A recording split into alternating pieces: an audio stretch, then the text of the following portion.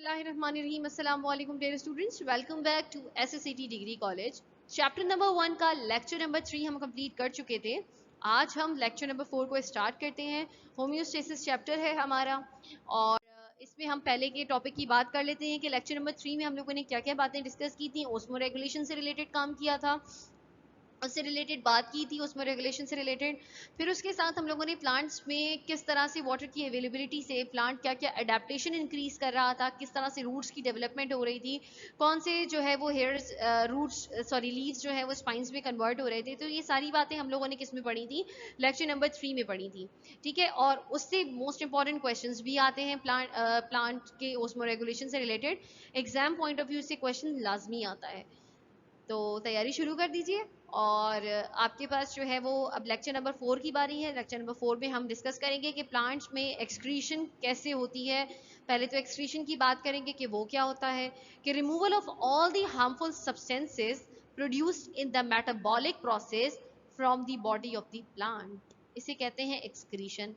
कि प्लांट की बॉडी से तमाम हार्मफुल सब्सटेंस का रिमूवल हो जाना produced in the metabolic process. Metabolic process क्या, कि उसकी बॉडी में जो भी प्रोसेसेस हो रहे हैं, जो भी ऐसे प्रोसेसेस जो ब्रेक डाउन हो रही हो जिनके अंदर, तो उसे क्या कहते हैं, मेटाबॉलिक प्रोसेसेस कहते हैं। अब प्लांट के अंदर ब्रेक डाउन, सबसे पहली एग्जांपल तो आपके पास क्या हो जाएगी कि जब आप फोटोसिंथेसिस की बात कर रहे होते हैं तो फोटोसिंथेसिस में भी ऑक्सीजन की प्रोडक्शन होती है और साथ ही साथ क्या बनता है, ग्लूकोज बनता है। अब प्लांट अपने अंदर ऑक्सीजन को ज़्यादा देर होल्ड करके नहीं रख सकता, क्योंकि उसे चाहिए कार्बन डाइऑक्साइड अपना रिएक्शन प्रोसीड करवाने के लिए। और अगर उसे ऑक्सीजन मिलेगी तो उसका रिएक्शन प्रोसीड नहीं होगा, तो उसे अपनी बॉडी से ऑक्सीजन है एज अ हार्मफुल सब्सटेंस निकालना ज़रूरी होता है। ठीक है, तो इसे क्या कहेंगे, एक्सक्रीशन कहेंगे, निकालना कहेंगे हार्मफुल सब्सटेंसेस का। ओके, प्लांट की बॉडी से। दूसरा क्या होता है, the plant in plants the rate of the catabolic process is slow and waste product is produce in less amount. और जो वेस्ट प्रोडक्ट होता है वो लेस अमाउंट में बन रहा होता है। These products are not accumulated in the plant body, they are used again in their anabolic process. Catabolic process के अंदर जो भी काम हो रहा होता है उसमें जितने भी वेस्ट प्रोडक्ट्स बन रहे होते हैं, चाहे वो कम अमाउंट में ही क्यों ना बन रहे हो, ये प्रोडक्ट्स जो है वो प्लांट की बॉडी में जमा ना हो, इस ताकि ये क्या हो, यूजफुल प्रोसेसेस में यूज हो रहे हो। बार बार जब एनाबॉलिक प्रोसेस यानी कि किसी भी चीज़ का मिक्स होना, किसी भी चीज़ का बन जाना, नए तरीके से बनना, उसे कहते हैं एनाबॉलिक प्रोसेस। ठीक है, तो नए प्रोसेसेस में यूज हो जाता है। कुछ मटेरियल जो है वो प्लांट क्या करता है, एक्सक्रीट आउट कर देता है, और कुछ वेस्ट प्रोडक्ट क्या हो रहा होता है, वो बॉडी में यूज हो रहा होता है और साथ ही साथ नए प्रोसेसेस में भी हेल्प कर रहा होता है। In plant, the nitrogenous waste products are also used in the chemical process.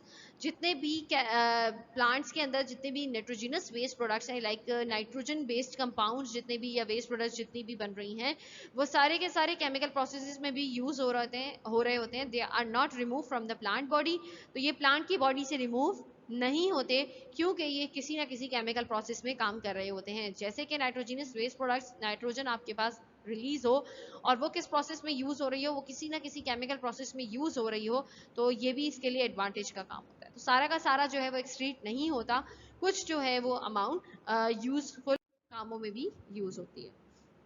The substances which are produce in the excess amount, अब ऐसे सब्सटेंसेस जो कि ज़्यादा क्वांटिटी में या ज़्यादा अमाउंट में बनते हैं प्लांट की बॉडी में, वो होते हैं, पहला अमाउंट तो वाटर होता है, ठीक है, दूसरा अमाउंट क्या होता है, ऑक्सीजन का होता है, और तीसरा कार्बन डाइऑक्साइड का और आयंस का।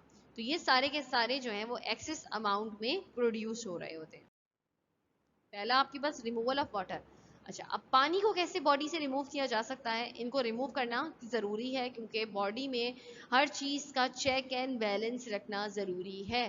पहले भी आप लोगों ने ये बात, जो चैप्टर हमारा स्टार्ट हुआ है वो इसी से रिलेटेड था कि चेक एंड बैलेंस बॉडी में लाजमी है। सॉल्यूट की कॉन्सेंट्रेशन ज़्यादा ना हो जाए, सॉल्यूट की कॉन्सेंट्रेशन ज़्यादा ना हो जाए, किसी कार्बन डाइऑक्साइड की कॉन्सेंट्रेशन ज़्यादा ना हो जाए, ना ही ऑक्सीजन की कॉन्सेंट्रेशन ज़्यादा हो। तो इन सब चीज़ों को बैलेंस करने के लिए आपके पास जो है वो डिफरेंट काम हो रहे हैं। एक्सक्रीशन का प्रोसेस भी इसीलिए हो रहा है ताकि बॉडी से एक्स्ट्रा वाटर का रिमूवल हो जाए।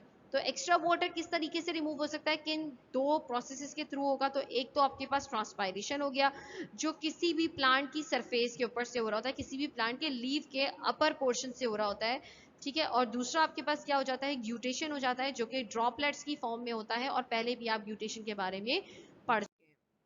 तो चलते हैं ट्रांसपायरेशन को एक दफा दोबारा देख लेते हैं। When extra amount of the water is remove from the body of the plant in the form of the vapours is called as transpiration, उसे ट्रांसपायरेशन कहते हैं। Mostly transpiration take place through the stomata of the leaves, stomata से ही हो रही होती है। और ट्रांसपायरेशन कुछ इस तरह से होती है कि बॉडी के प्लांट के लीफ के हर पार्ट से हो रही होती है, हर एरिया से हो रही होती है। इसको टिप्स वगैरह की जरूरत नहीं होती, क्योंकि टिप्स पे आपके पास कौन सी होती है, ग्यूटेशन होती है। ट्रांसपायरेशन कहाँ हो रही होती है, पूरे सरफेस के ऊपर से। और पूरे सरफेस के ऊपर क्या मौजूद होते हैं, स्टोमेटास मौजूद होते हैं। ये आपके पास इस तरह से स्टोमेटास बने हुए हैं, गार्ड सेल्स को कवर करके रखा हुआ है। और जब जो है वो ओपन होता है तो पानी बाहर की तरफ मूव करता है, और जैसे ही ये क्लोज हो जाता है तो ट्रांसपायरेशन का रेट स्टॉप हो जाता है। फिर ग्यूटेशन के बारे में देख लेते हैं। When water is remove from the plant body in the form of the small drops, अब छोटे छोटे ड्रॉप्स की फॉर्म में जब ये निकलता है प्लांट की बॉडी से, तो उसे क्या कहते हैं, ग्यूटेशन कहते हैं। Guttation occurs by the small openings called hydathodes. ये हाइडाथोड्स के थ्रू होती है। इस तरह से ये मार्जिन पे या टिप्स पे मौजूद होते हैं लीफ के, और ये ड्रॉप्स आपको नजर आ रहे हैं, तो ये ग्यूटेशन के थ्रू होते हैं। और इनको कौन ओपन कर रहा होता है, इनको हाइडाथोड्स ओपन कर रहे होते हैं। These openings are without guard sales.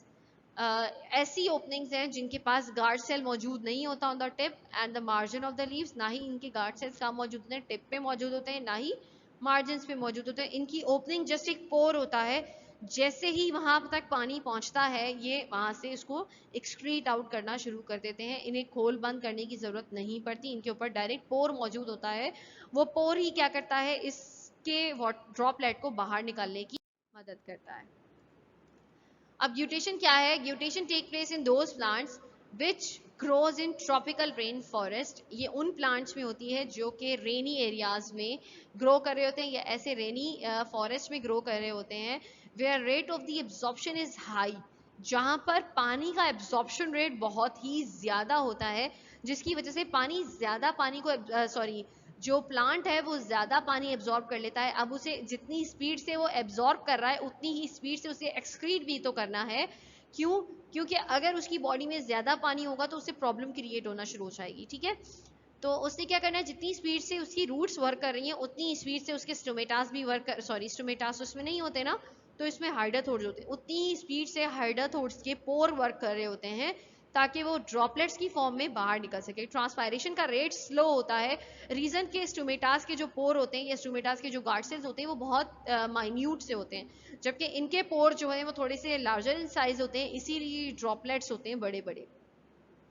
तो एब्जॉर्प्शन का रेट कहाँ होता है, हाई होता है, because there is a high rainfall, क्योंकि बारिशें ज्यादा होती हैं due to the humidity in air, और हवा में भी नमी होने की वजह से the rate of the transpiration is लो।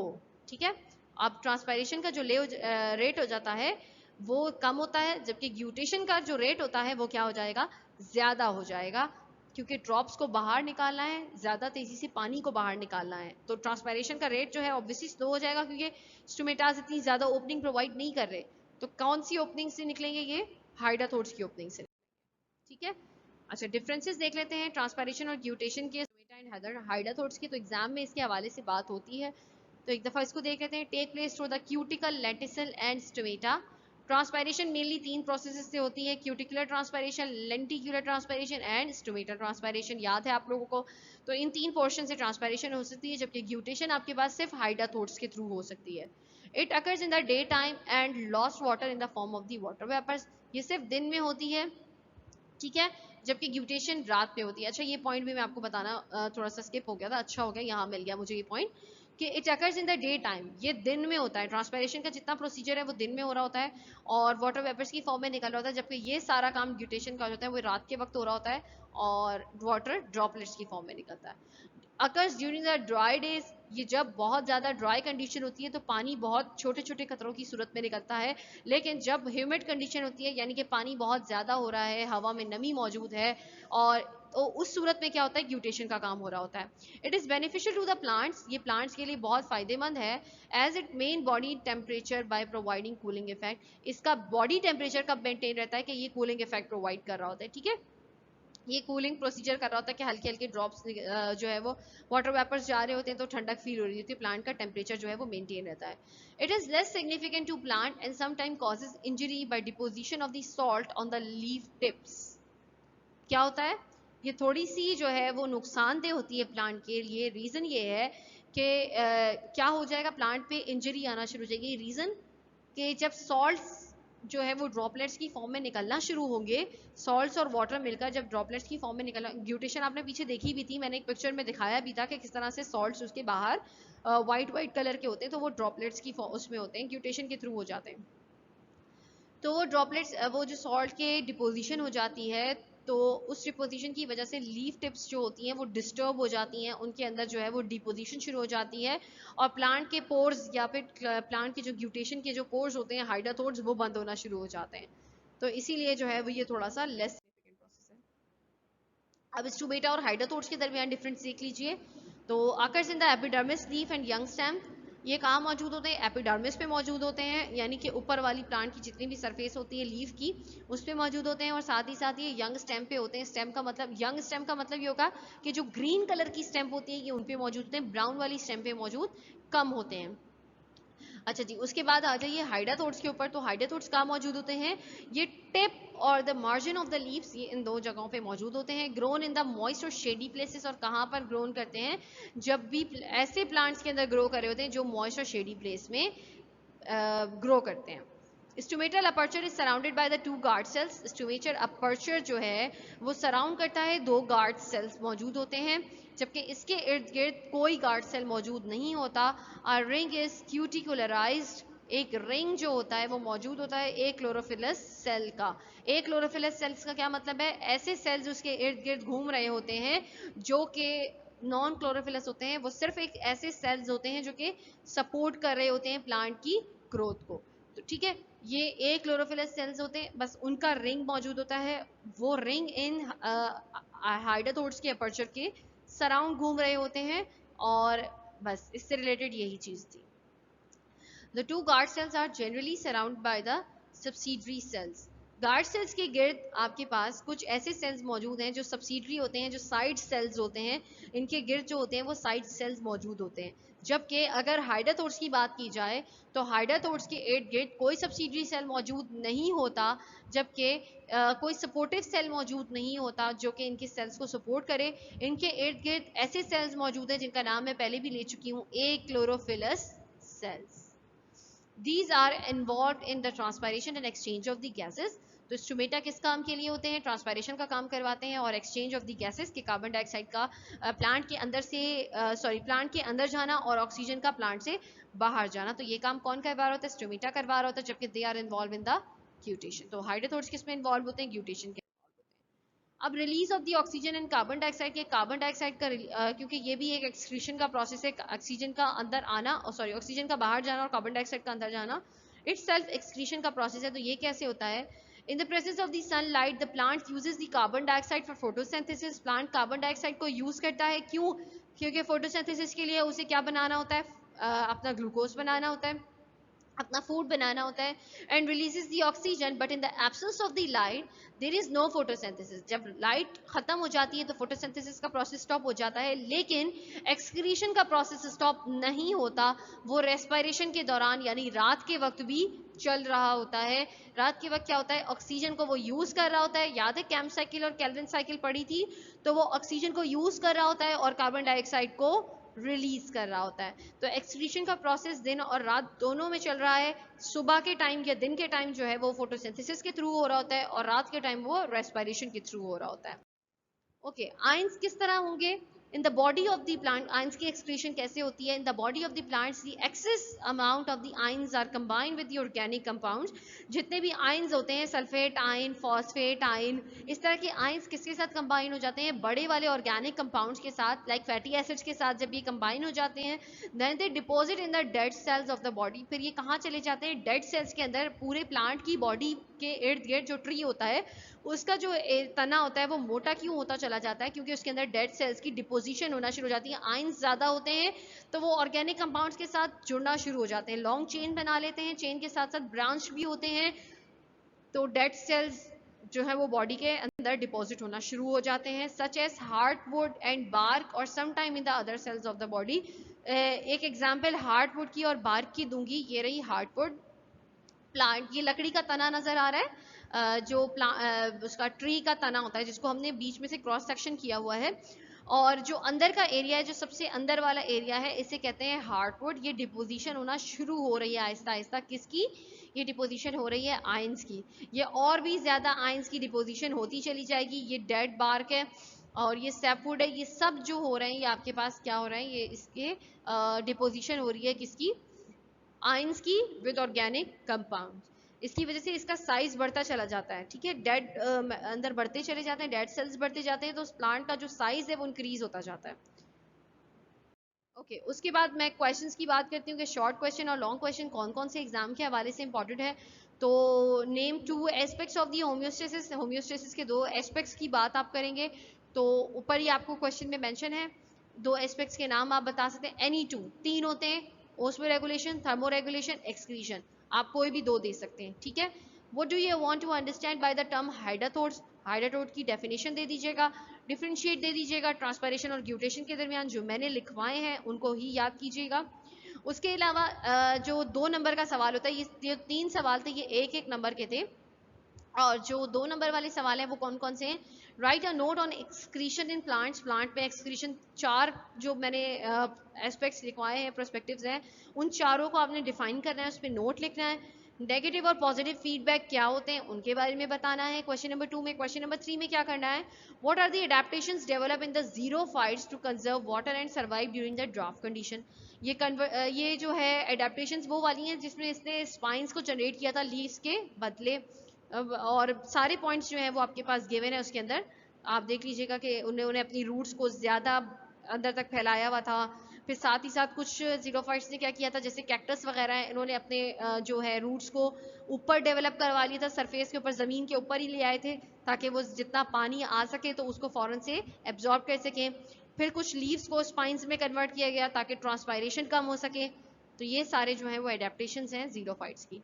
फिर एक लॉन्ग क्वेश्चन लाजमी आता है, वो ये है कि ओस्मो रेगुलेशन को डिफाइन करें कि ओस्मो रेगुलेशन होती क्या है।